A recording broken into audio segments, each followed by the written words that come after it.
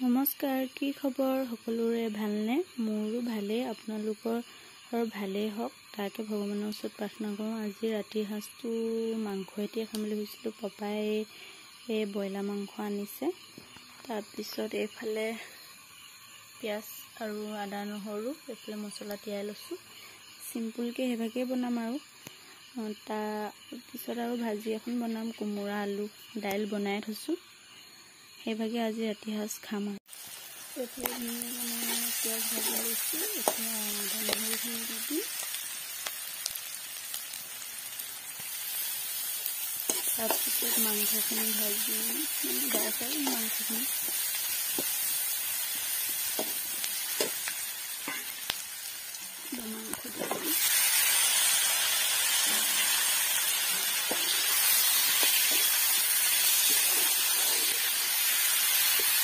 এয়া মোৰ মাংস ৰেডি হৈ গ'ল। চাওকচোন কালাৰ কেনেকুৱা ধুনীয়া হৈছে, খাবলৈও টেষ্টি হৈছে।